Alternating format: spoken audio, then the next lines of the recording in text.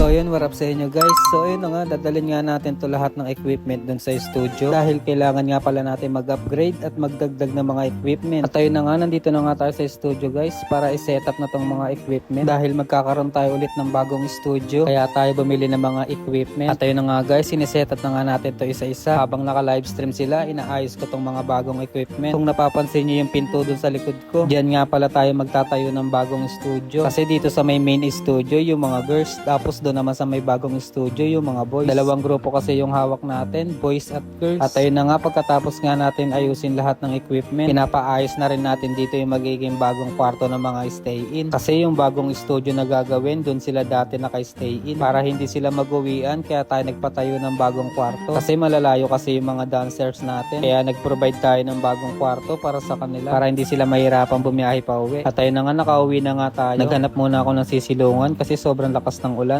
Ipapaayos kasi natin si Perpy. Papalitan kasi natin yung disc plate niya at saka yung brake master kasi matigas na. At ayun na nga, nandito na nga tayo sa motor shop. Kinalas na nga nila dito yung brake master natin. At ito nga rin pala yung disc plate natin para sa likod. Pinalitan na rin natin kasi yung lumang disc plate natin baliko na. Hindi nga pala agad nila dito magawa yung motor natin kasi meron pang nauna sa atin. Pero okay lang, marunong naman tayo magantay. Medyo matagal kasi itong gagawin yun sa akin. Ito nga pala yung lumang disc plate natin. Hindi nyo mapapansin sa video pero baliko na yung disc plate natin. Ito nga pala yung ikakabit natin na bago na display. Stock display nga lang din pala ilalagay natin para hindi na mahirapan yung gagawa. Kasi pag mga lightning pa yung pinagawa natin, marami pang conversion na gagawin. Hindi nga pala makakabit tong brake master natin kasi kailangan patabasin yung play rings. Kaya sabi bukas na lang daw gagawin kasi wala daw yung magtatabas. Kaya binalik muna ulit natin yung lumang brake master. Kapangit daw kasi yung tabas pag mano-mano yung gagawin nila. Kaya yung sabi nila bukas na lang daw para yung marunong yung gagawa. So yun na nga guys, hanggang dito na lang kasi bukas na lang natin papagawa si Perpy. Salamat sa panonood.